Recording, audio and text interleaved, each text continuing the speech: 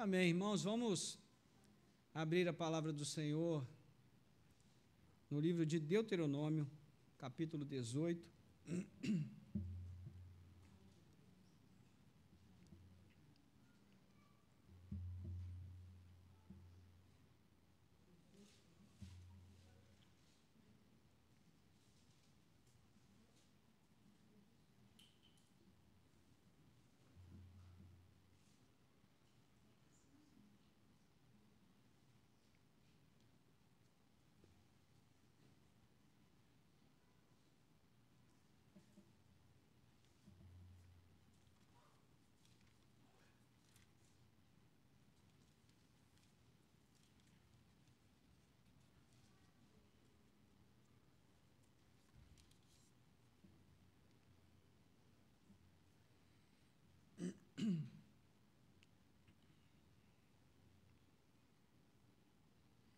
Não vamos ler ainda.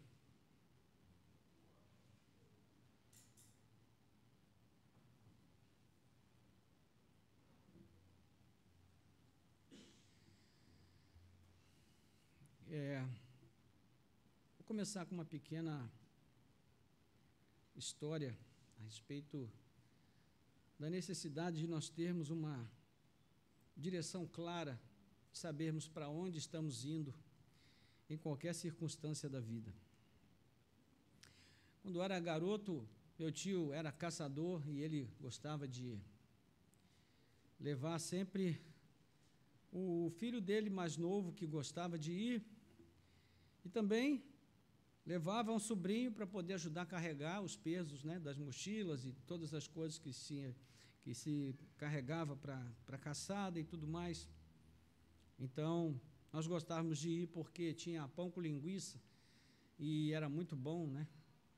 Comer um pão com linguiça no meio do mato já faz uma diferença enorme. Então, a gente gostava da emoção da caça e tudo mais. E o meu tio, ele era um excelente guia na mata e ele tinha vários mecanismos, vários recursos para marcar o caminho que ele tinha feito, né? E ele nos ensinou como fazer isso para que a gente não se perdesse. E sempre que a gente se perdia, a gente rodava e voltava para o mesmo lugar. Porque nós perdíamos essa direção, esse norte, essa orientação que o meu tio ensinava para a gente. Então, desde cedo a gente aprendeu que para você andar na direção certa, você tem que ter algumas marcas, alguns elementos que marquem o caminho para que você saiba para onde você está indo, a fim de que você possa chegar onde pretende chegar. E a palavra de Deus foi dada a nós com esse objetivo, irmãos, para nos ensinar o caminho que devemos andar. A Bíblia não é um livro de consulta, não é um texto para a gente, de vez em quando, dar uma olhada quando a gente está com alguma tribulação, passando por alguma luta. Não, isso aqui é um texto que a gente precisa conhecer. Hoje falamos bastante sobre isso na Escola Bíblica Dominical. E dos benefícios que conhecer a Bíblia traz para nós é justamente conhecer essas marcas, que vão mostrando o caminho que nós devemos seguir para que nós não nos percamos. E olha, é muito fácil a gente se perder mesmo estando dentro da igreja. Porque às vezes nós estamos dentro da igreja, mas a palavra de Deus não está dentro de nós. Existe uma diferença muito grande entre estarmos na igreja e estarmos em Cristo. Precisamos ter um relacionamento com Ele. Precisamos ter uma vida com Cristo, uma vivência, para que nós possamos conhecê-lo e a sua palavra encontre lugar em nossos corações. Nós vivemos num mundo de muitas vozes, não é? Nós passamos um dia, a quantidade de vozes que nós ouvimos durante um dia inteiro, de vídeos e áudios e gente falando, e histórias, ideias, conselhos, enfim, não faltam vozes ao nosso redor todo dia, o tempo todo. Eu não sei se você já teve oportunidade de passar um tempo na roça, em um lugar onde não tem energia elétrica. É uma experiência maravilhosa, irmãos. O silêncio é tão grande que chega a incomodar a gente.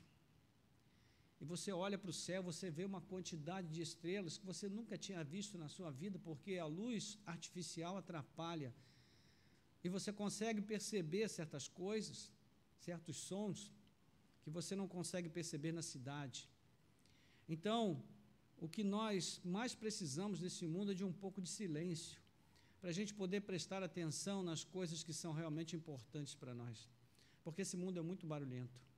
E nesse mundo barulhento, onde existem tantas vozes, é muito fácil a gente se perder, não é? Então, nesse contexto, há muita coisa disputando a nossa atenção. E a minha pergunta para você é: quem tem sido a influência na sua vida? Qual é a voz que tem influenciado você? Qual é a voz que tem determinado a maneira como você enxerga a vida, como você faz as suas escolhas, dos amigos, da profissão, do caminho que você quer seguir, dos propósitos que você tem na vida? Enfim, qual é a voz que tem sido a voz de segurança para você nesse sentido? Então, é um pouquinho sobre isso que nós queremos falar nessa noite, à luz do texto que nós temos como referência. Então, nós vamos ler Deuteronômio 18, 15 a 22. E vamos tentar encontrar aqui uma voz segura, a voz que nós devemos seguir, sobre a qual nós devemos andar, guiar os nossos passos, conduzir as nossas vidas. Então, Deuteronômio 18, verso 15 a 22, diz assim: O Senhor, seu Deus, fará com que do meio de vocês, do meio dos seus irmãos, se levante um profeta semelhante a mim. A ele vocês devem ouvir. Porque isso foi o que vocês pediram ao Senhor, seu Deus, em Horebe, no dia em que o povo estava reunido. Vocês disseram: não nos faça ouvir de novo a voz do Senhor, nosso Deus, nem ver este grande fogo, para que não morramos. Então, o Senhor me disse: eles estão corretos naquilo que disseram. Farei com que se levante do meio de seus irmãos um profeta semelhante a você, em cuja boca porei as minhas palavras, e ele lhes fará tudo o que eu lhe ordenar. De todo aquele que não ouvir as minhas palavras, que ele falar em meu nome, disso lhe pedirei contas. Porém, o profeta que tiver a presunção de falar alguma palavra em meu nome, algo que eu não mandei que falasse, ou que falar em nome de outros deuses, esse profeta deve ser morto. Se vocês pensarem: como conheceremos a palavra que o Senhor não falou? Saibam que quando esse profeta falar em nome do Senhor e a palavra dele não se cumprir, nem acontecer o que ele profetizou, esta é uma palavra que o Senhor não falou. Tal profeta falou isso com presunção. Não tenham medo dele. Amém. Vamos orar? Nosso Deus e Pai, graças te damos pela tua palavra. Obrigado porque a tua palavra é lâmpada para os nossos pés e luz para o nosso caminho. Tua palavra nos conduz, ó Deus, por todo o caminho que devemos andar nesta vida, e quando nós seguimos o conselho da tua palavra, nós pisamos em terra firme e segura, e podemos, ó Deus, caminhar em paz, ó Deus, com confiança, sabendo que vamos chegar onde o Senhor determinou que nós cheguemos, porque o Senhor é quem nos guia através desta palavra viva.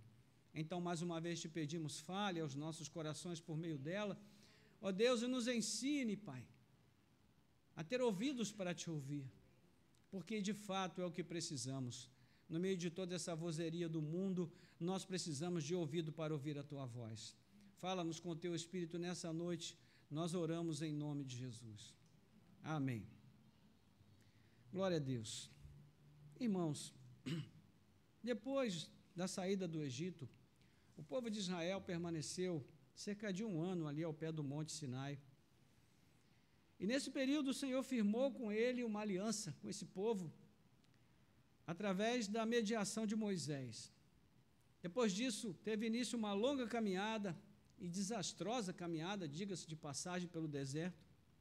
E durante a marcha, toda a antiga geração se desqualificou a entrar na terra da promessa. O povo se entregou a idolatria, criou nichos de rebelião contra Moisés, contra Arão, reclamou da comida, né, que era expressamente palavras que diziam que eles tinham saudade do Egito. E, por fim, quando chegaram à beira da terra prometida, faltando apenas 11 dias aproximadamente, Deus determinou que a posse da terra não seria dada àquela geração. Que Moisés, então, os guiasse numa longa peregrinação que ia durar 40 anos. E depois que toda aquela geração morresse, então, uma nova geração se levantaria e essa nova geração é que herdaria a terra. Então, 38 anos se passaram e agora uma nova geração, de novo, está na iminência de entrar em Canaã. Então, Moisés precisa explicar a lei para essa nova geração e esse é o propósito do livro de Deuteronômio, explicar a lei e chamar essa geração de volta a uma aliança com o Senhor. Então, Moisés está fazendo isso através de vários discursos. E o nosso texto dessa noite se encontra no corpo do segundo discurso de Moisés. E nessa sessão ele está falando sobre a legislação que deve reger Israel, ou seja, a lei que deve conduzir o povo. E o capítulo 18 trata das qualidades e caráter desses líderes que devem ser os porta-vozes da lei que vai guiar o povo. Aliás, desde o capítulo anterior, Moisés vem falando sobre a integridade daqueles que deveriam liderar o povo de Israel. Ele fala dos futuros reis, no capítulo 17, de 14 a 20. Depois ele fala aos sacerdotes e levitas e, por fim, ele fala dos profetas. Então, por que a integridade se tornou um assunto tão importante nos discursos de Moisés? Porque o caráter de Deus que veio chamar o seu povo a uma aliança é um caráter santo. A santidade faz parte do caráter de Deus. Então, essa necessidade de viver uma vida com integridade diante de Deus não era um moralismo legalista, mas uma resposta adequada ao Deus que estava chamando esse povo. Então, em correspondência a isso, né, nós temos ainda Levítico, capítulo 11, 44 a 45, onde o Senhor ordena: sejam santos, porque eu sou santo. E diga-se de passagem, irmãos, essa ordem não caiu de moda, ela não perdeu a sua validade por causa da nova aliança, pelo contrário, ela foi reafirmada, e o apóstolo Pedro repete literalmente essa instrução à igreja na sua carta, no capítulo 1 da primeira epístola, versículos 15 a 16, Pedro repete ali essas palavras: sejam santos, porque o Senhor é santo. Então, qual é o princípio que conduz toda essa cosmovisão? É o temor do Senhor. E nós vamos ver ali, quando Deus veio sobre o Monte Sinai para entregar os mandamentos da aliança a Moisés, ele fez um espetáculo tão assustador, tão assombroso, tão apavorante, que todos os que viram tremeram e não tiveram coragem sequer de descrever o que viram. Não é? Então, no tempo pré-determinado, o Senhor desceu sobre o Monte Sinai, e diz a Bíblia, em Êxodo 19, 16 a 19, que trovões e relâmpagos e uma espessa nuvem cobriu o monte, e ouviu-se um forte som de trombeta, de maneira que todo o povo que estava no arraial tremeu de medo. E Moisés levou o povo para fora do arraial, ao encontro de Deus, e puseram-se ao pé do monte. Todo o monte Sinai fumegava, porque o Senhor havia descido sobre ele em fogo. A fumaça subia como fumaça de uma fornalha, e todo o monte tremia com violência. E o som da trombeta ia aumentando cada vez mais. Moisés falava, e Deus lhe respondia no trovão. Imagine essa cena. Imagine você olhando para aquele monte pegando fogo, e a terra tremendo debaixo dos seus pés, e Moisés lá no monte, trovões e relâmpagos, e aquela nuvem densa cobrindo todo o monte. Foi uma cena assustadora, não é? A gente aqui, com qualquer chuvinha de relâmpago, a gente já fica desesperado, fica apavorado. Imagine essa cena lá no Monte Sinai. Então, trocando em miúdos, irmãos, o que se viu foi um monte em chamas, uma nuvem densa, escura, trovões, relâmpagos, semelhante a uma tempestade elétrica, e havia muita fumaça, como a fumaça de uma fundição, e o monte tremia violentamente com um terremoto.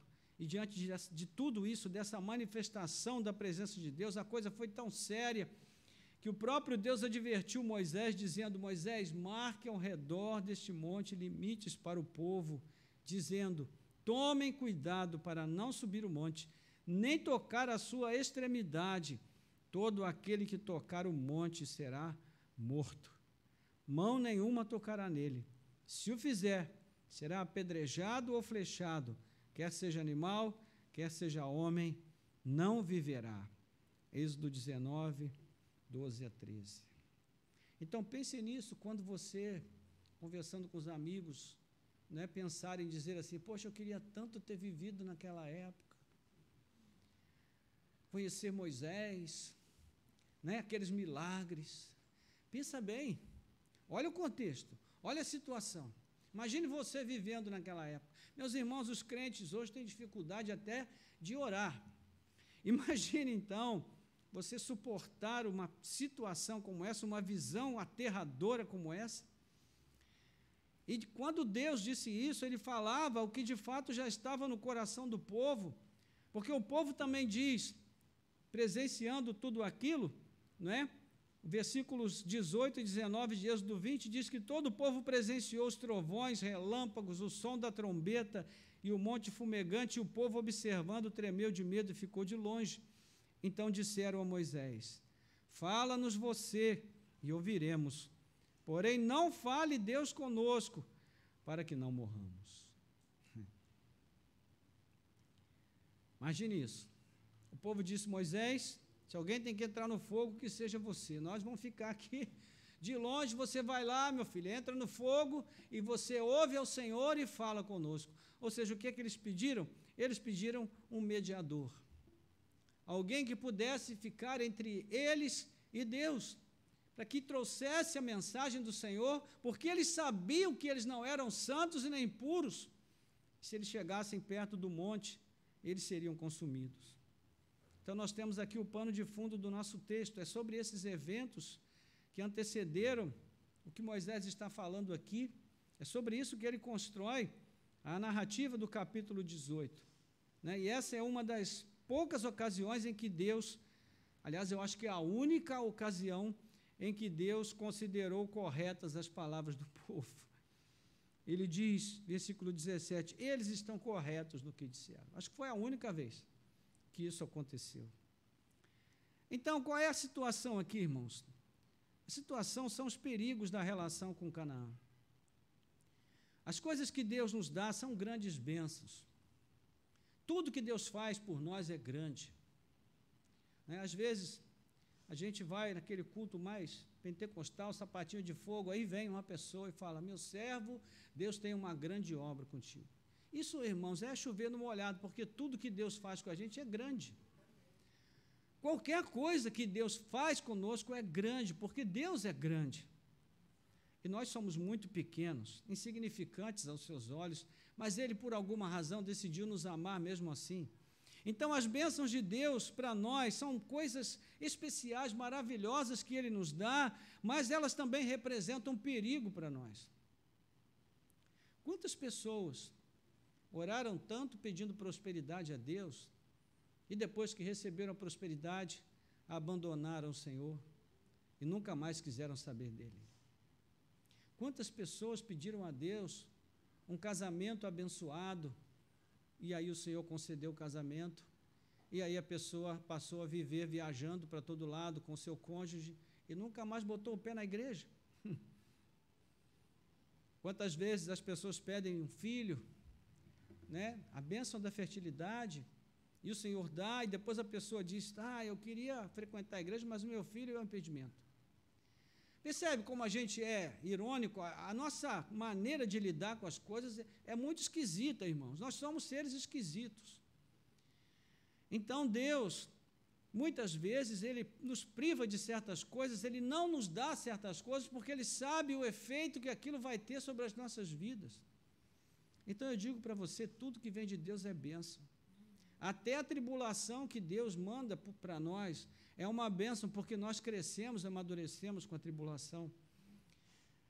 Né? Porque se nós não soubéssemos lidar com essas coisas, ou melhor, se nós não soubermos lidar com essas coisas, elas podem se tornar um tropeço para nós, um impedimento até para a nossa relação com Deus. Sejam bens, sejam relações afetivas, dons, ministérios, né? Tudo aqui está baseado na obediência. Então, a relação com Deus sempre é uma relação cheia de tensão. E foi assim que Israel, né, entendeu que precisava de um mediador. Mas essa relação explosiva, ela continuou no Novo Testamento. Lá nós conhecemos um casal chamado Ananias e Safira. Né, quando eles viram que os irmãos mais ricos estavam vendendo seus bens e trazendo os recursos para ajudar os mais pobres na igreja, eles ficaram com inveja e pensaram, poxa, vamos fazer igual. Aí venderam sua propriedade, disseram, Senhor, se nós vendermos a propriedade, vamos dar tudo para a tua obra. E aí venderam a propriedade. Mas quando eles viram aquele montante do dinheiro, pensaram, poxa, a gente podia guardar um pouquinho para nós. Mas eles já tinham feito voto. Então, o Senhor enviou Pedro à casa deles, e Pedro só fez uma pergunta, por que vocês mentiram ao Espírito Santo? E aí, o Ananias caiu duro aos pés de Pedro, e depois foi falar com a esposa dele, e o mesmo aconteceu com ela. E a igreja se encheu de temor, porque perceberam que o nosso Deus é um Deus santo, e que nós devemos ter um relacionamento com Ele baseado no temor. O Senhor nos dá toda a liberdade, irmãos, de entrarmos em Sua presença pelo lugar, pelo caminho que Jesus consagrou, mas devemos fazer isso ao mesmo tempo com liberdade e alegria, mas com reverência e santo temor. Então, a terra de Canaã era um desejo ardente no coração do povo. Deus havia prometido que daria aquela terra, e a posse daquele lugar seria para eles uma grande bênção. A promessa feita a Abraão envolvia também uma terra, não é? Então, desde os versos 9 até o verso 14 aqui, do nosso capítulo, nós vamos ver o texto falando sobre isso. Mas o que nos chama a atenção é que o Senhor faz uma série de advertências. E Ele quer mostrar a esses líderes que eles precisam se lembrar da palavra de Deus, daquilo que foi estabelecido como referência para que houvesse obediência. Então, uma das coisas que o Senhor estabeleceu é, não aprendam os costumes abomináveis do povo de Canaã. Que costumes são esses? Nós vemos aí dos versos 9 a 12, né? Idolatria, culto pagão, uma série de outras coisas. E segundo, vocês devem ser íntegros, ou seja, isentos de culpa, dedicados à obediência. Ou seja, conforme nós vamos ver aí no verso 13, para que todo o povo ouça, tema e jamais se encha de orgulho. Então, irmãos, a aliança firmada por Deus com Israel, ela tem um caráter paradoxal. Ela é incondicional, de um certo modo, mas, por outro lado, ela é condicional. Ela é incondicional porque se baseia apenas na graça de Deus. O Senhor nos salva porque Ele é bom, não é porque nós merecemos. Ele enviou Cristo ao mundo porque Ele nos ama, não é porque nós o amássemos quando nós nem o conhecíamos. Ele faz o bem a nós, não é porque nós merecemos o bem, pelo contrário, porque Ele é bom, porque Ele é misericordioso. Então, essa bênção de Deus, essa aliança que Deus faz conosco é incondicional, não tem mérito, muito pelo contrário. Então, o Senhor já no capítulo 8, verso 17, Ele diz, jamais se esqueçam que é somente por minha vontade, pela minha força e poder, que vocês estão recebendo essa terra que faz parte da minha aliança com vocês. Mas, ainda que essa aliança seja incondicional, por outro lado, ela é condicional no que diz respeito à fruição dessas bênçãos para o povo, porque a condição é a obediência. Então, em outras palavras, Israel só teria garantias dadas por Deus e só desfrutaria das bênçãos da aliança se permanecesse em obediência. Então, os líderes deveriam cuidar para que o povo andasse em obediência ao Senhor. E Moisés está falando aqui, no capítulo 18, o texto que lemos, como quem olha no retrovisor, e ele desafia, né, o seu povo e também desafia esses líderes a não se esquecerem de quem é Deus, o Deus que os havia conduzido até aquele momento. Então é por isso que ele traz a promessa do profeta. O profeta é aquele que vai guiar o povo, que vai conduzir o povo. O ministério profético se estendeu por centenas de anos em Israel, irmãos. E como profeta, ele não se restringia, esse homem chamado por Deus para o dom profético, não se restringia a fazer predições. Mais que isso, o profeta é alguém que comunica as intenções de Deus ao seu povo e ao mundo. Além disso, o profeta também tinha a função de guiar o povo como um bom pastor que conduz as suas ovelhas. E duas coisas são muito importantes que são ditas sobre os profetas. Primeiro, o profeta ele seria a voz do próprio Deus. Ele fala em nome do Senhor. Segundo, quem desprezasse as palavras do profeta teria que acertar contas com Deus. É isso que nós vemos aqui nas palavras de Moisés. Então Moisés está dizendo aos líderes e por extensão ao povo de Israel, depois que eu partir, Deus vai levantar um profeta semelhante a mim. É o que nós temos visto aí no verso 15. E Moisés diz a ele, vocês devem o quê? Ouvir. Então, irmãos, é necessário que haja duas partes nesse relacionamento. Você tem que ter o profeta e tem que ter alguém que ouça o profeta.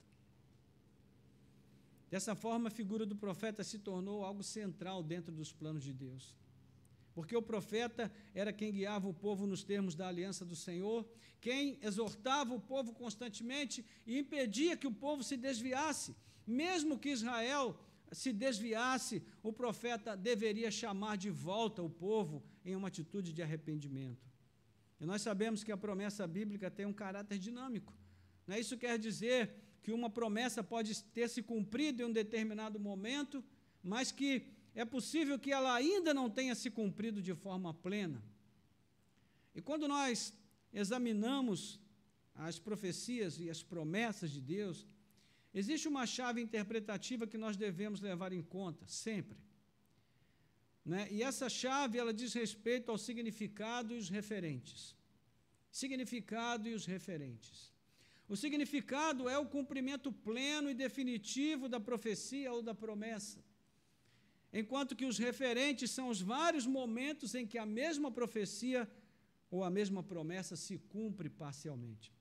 Então, vou dar um exemplo aqui que um professor deu no curso de mestrado, né? Que é a profecia promessa de Daniel sobre a abominação desoladora, lá do capítulo 9.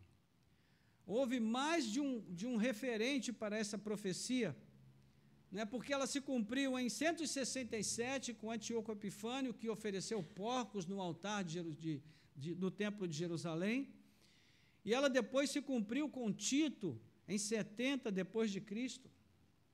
Então, se você, em termos escatológicos, é um amilenista, você vai entender que o significado da profecia foi o evento com Tito. Por quê? Porque Jesus citou a profecia de Daniel 9 e afirmou que ela ainda se cumpriria após a sua ascensão de volta para o Pai. Você pode ver isso depois em Mateus 24, versículo 15.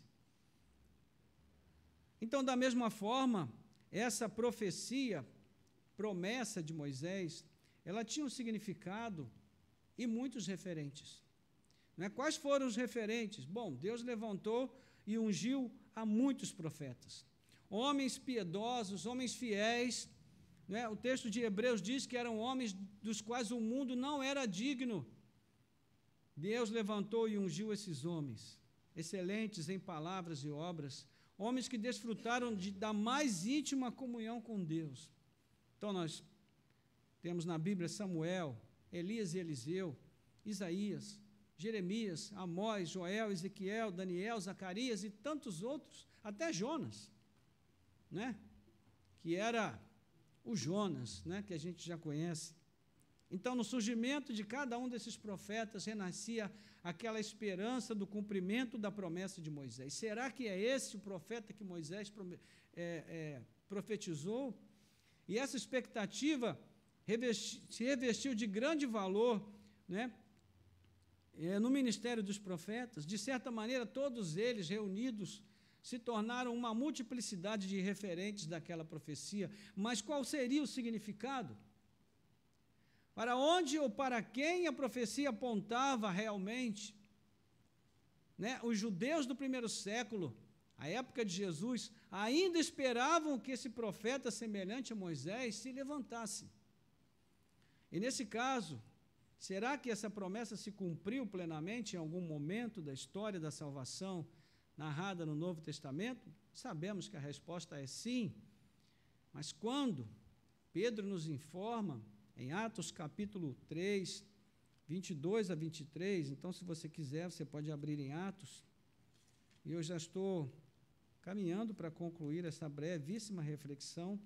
Atos capítulo 3, versículos 22 e 23, diz assim a palavra do Senhor,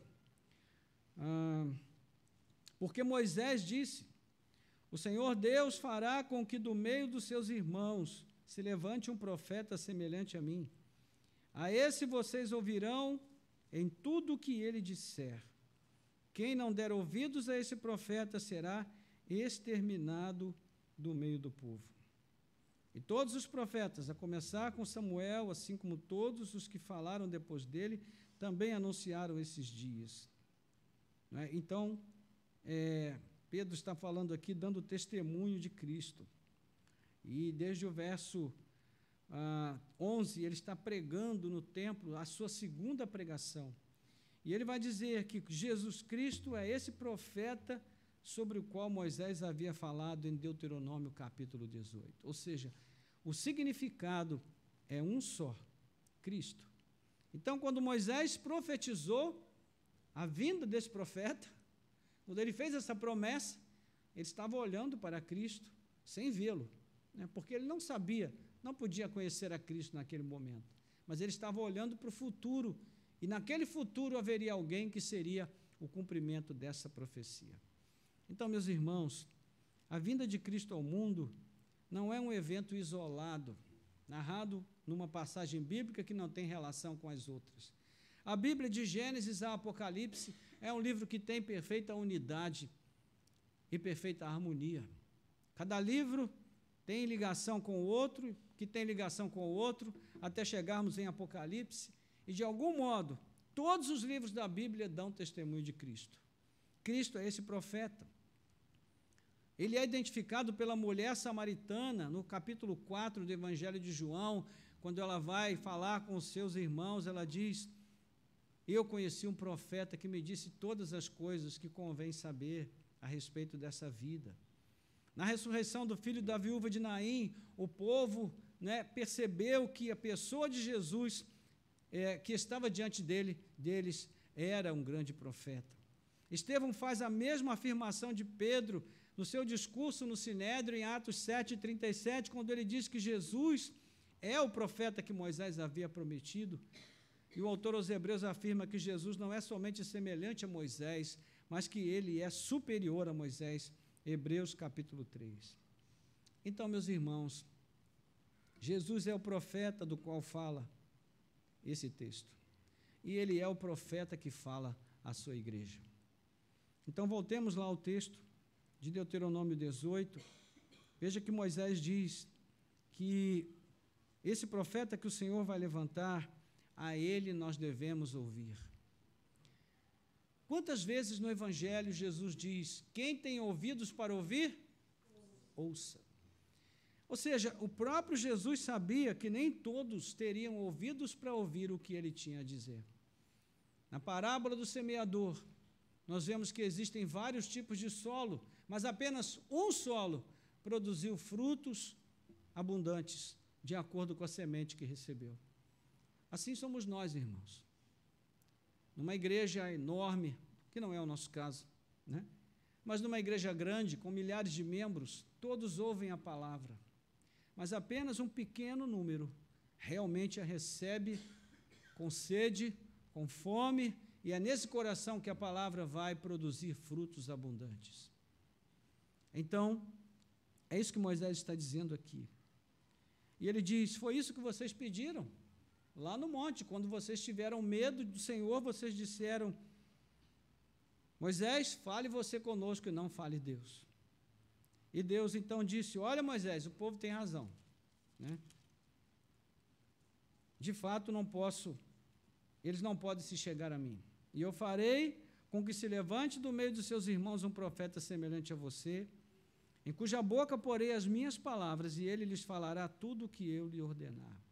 E aí você encontra Jesus lá em João capítulo 5, quando ele diz: as palavras que eu digo a vocês não são minhas palavras, mas são as palavras que o Pai me deu para falar. Percebe como existe uma relação aqui de promessa e cumprimento? Então, de todo aquele que não ouvir as minhas palavras que ele falar em meu nome, disso lhe pedirei contas. Então Jesus está falando lá para os escribas e fariseus: olha, vocês estão rejeitando não somente a mim, mas também o Pai que me enviou. Vocês vão ter que dar contas disso.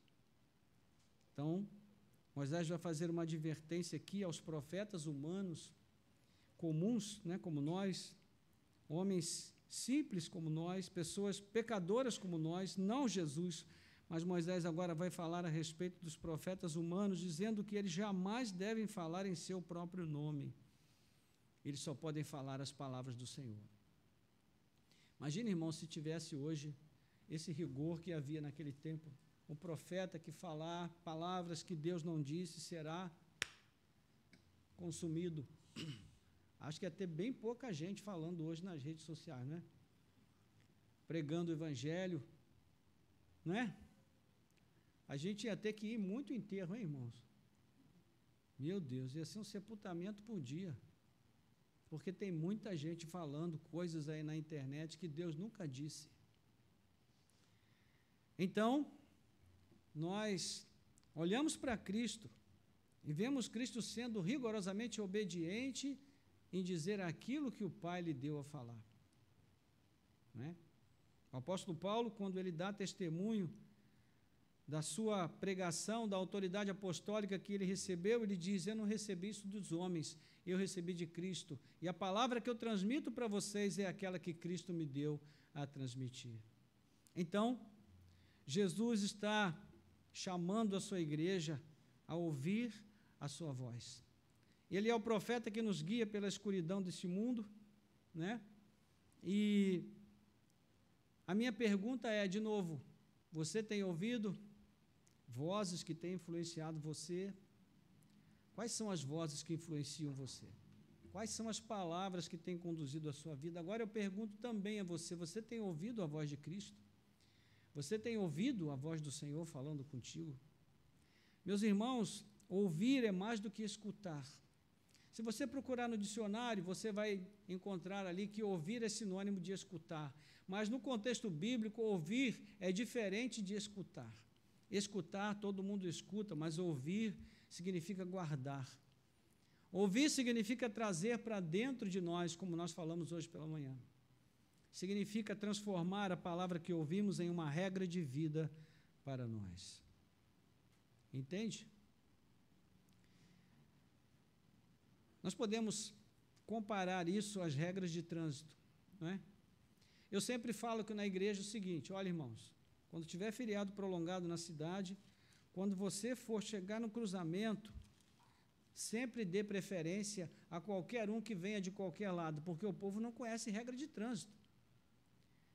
A maioria pegou a cartilha da autoescola, jogou lá no fundo de uma gaveta e nem sabe qual gaveta foi. Então, a regra estabelece o quê? Eu não vou nem perguntar a vocês, porque eu sei que todo mundo sabe a regra de cor, né? A regra estabelece o quê? Se você for num cruzamento, a preferência de quem vem do lado, isso, direito, exatamente, lado direito. Não é? Mas aqui em Cabo Frio, isso vale, irmãos? Não. Aqui a regra é o seguinte: farinha pouca, meu pirão primeiro, né? Quem tiver o pé mais pesado, passa. Então, eu sempre digo, olha, não espere que a regra seja cumprida. Espera todo mundo passar e depois você vai. É mais garantido, mais econômico e preserva a nossa saúde, não é? Então, assim como ignorar as regras de trânsito traz grandes riscos para a nossa vida, para o nosso bem-estar e para as pessoas que estão conosco, assim também, irmãos, ignorar a palavra que Cristo diz traz grande prejuízo para nós. Meus irmãos, se fizermos um exercício rápido aqui, muito rápido e simples, e tentarmos lembrar de quantas tristezas e amarguras na vida nós poderíamos ter nos livrado se nós tivéssemos ouvido a voz de Cristo. Quantas dores, quantas aflições, quanto sofrimento a gente teria economizado, não é verdade? Então, meus irmãos, o que a palavra de Deus tem para nós nessa noite é um chamado para que nós voltemos a, primeiro, nos interessar em ouvir a voz de Cristo. Entender que nós precisamos daquilo que Cristo diz, das suas palavras, da revelação definitiva que Ele trouxe da palavra de Deus para nos guiar nesse caminho escuro da vida. Irmãos, nós vivemos num mundo escuro, num mundo de trevas. E todo dia nós precisamos da orientação da palavra de Deus para poder viver bem, ter saúde e ter prosperidade, sim, suprimento das nossas necessidades, porque Deus nos sustenta, Ele nos dá o pão necessário para cada dia. Isso é uma promessa da sua palavra.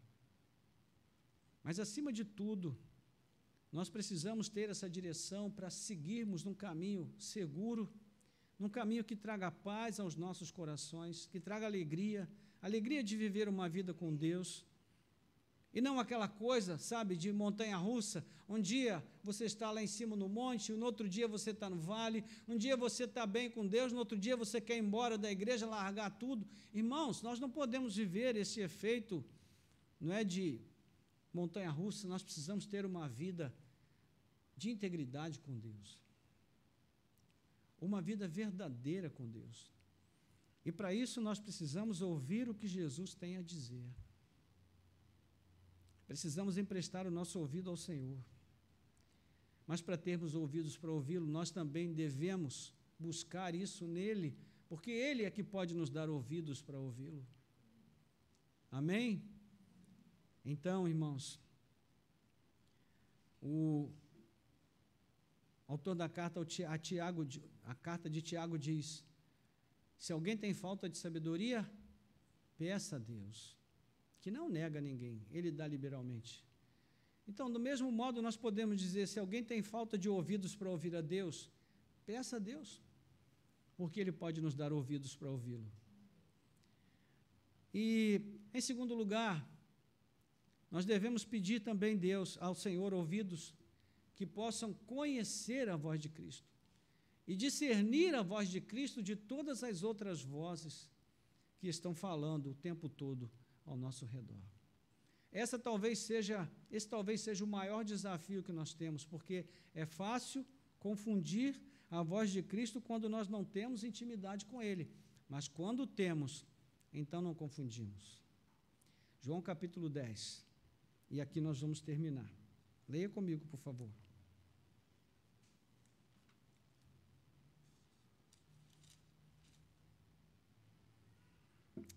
Versículos 11 até o versículo 16. O que diz aí? Eu sou o bom pastor, o profeta e pastor que nos conduz. O bom pastor dá a vida pelas ovelhas. O mercenário, que não é pastor, a quem não pertencem as ovelhas, vê o lobo chegando, abandona as ovelhas e foge. Então o lobo as arrebata e dispersa. O mercenário foge porque é mercenário. Mercenário é aquele que trabalha por dinheiro, né? Ele não se importa com as ovelhas. de novo, versículo 14, eu sou o bom pastor. Ouça o que ele diz agora, conheço as minhas ovelhas e elas me conhecem. Assim como o Pai me conhece, eu conheço o Pai e dou a minha vida pelas ovelhas. Ainda há outras ovelhas, não deste aprisco, preciso trazer também estas. Elas ouvirão a minha voz, e então haverá um só rebanho e um só pastor. Amém? Louvado seja Deus. Ou seja, as ovelhas de Cristo conhecem a sua voz. E elas não são confundidas, porque elas não ouvem outras vozes ao seu redor, porque elas sabem distinguir a voz do seu pastor. Veja o verso 26, ele diz, vocês não creem porque não são as minhas ovelhas. As minhas ovelhas ouvem a minha voz, eu as conheço e elas me seguem. Ou seja, então, existe uma diferença entre ser ovelha de Cristo, uma relação, entre ser ovelha de Cristo e ouvir a sua voz. As ovelhas de Cristo não ouvem a voz do mercenário, elas não escutam a voz do ladrão, elas ouvem a voz do seu pastor.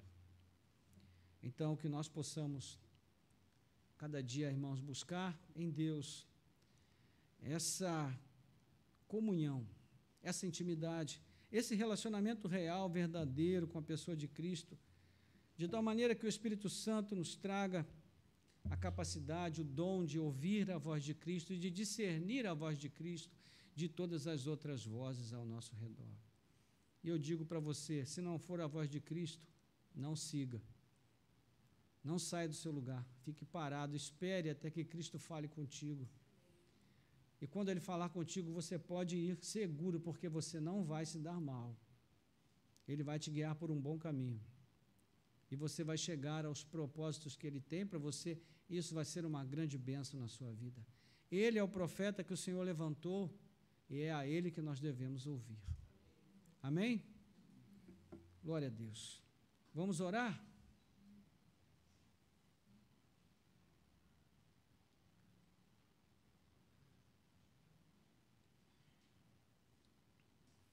Glória a Deus. Senhor, em nome de Jesus, nós queremos te agradecer, te bendizer pela tua palavra, sobre a qual nós acabamos de refletir brevemente. Te louvamos, ó Deus, porque o Senhor é um Deus de graça, de misericórdia, de amor e de cuidado. E mais uma vez o Senhor tem dispensado esse cuidado, trazendo, Senhor, uma palavra de alerta e, ao mesmo tempo, conforto para nós. Alerta porque, ó Deus, há muitas vozes falando ao nosso redor. E como nós aprendemos hoje pela manhã, existem vozes eloquentes, Senhor. Existem vozes famosas de pessoas que têm muitos seguidores nas redes sociais, que estão falando abominações, que estão torcendo a tua palavra. E com isso, Senhor, estão trazendo juízo sobre si mesmos. Que o Senhor nos dê a capacidade de termos o discernimento para sabermos distinguir a voz do nosso pastor, da voz dos mercenários, dos ladrões, dos roubadores, daqueles que não entram pela porta, mas tentam, ó Deus, entrar por outro lugar para ter acesso às ovelhas do Senhor e tirar a sua lã, tirar a sua carne, tirar tudo aquilo que podem e depois deixar as ovelhas mortas espiritualmente, sem ter esperança e sem acreditar na igreja. Senhor, tem misericórdia de nós. Ajuda-nos, ó Deus, desperta a nossa atenção para que nós possamos nos apegar cada dia mais à palavra de Cristo. Que o Senhor nos dê ouvidos para ouvi-la. Ó Deus, no sentido de guardarmos esta palavra em nossos corações e tê-la, Senhor, sempre à mão, na mente e no coração, nos lábios, para que nós possamos ter nela a referência necessária para viver neste mundo escuro e sombrio em que nós estamos vivendo nesses tempos difíceis.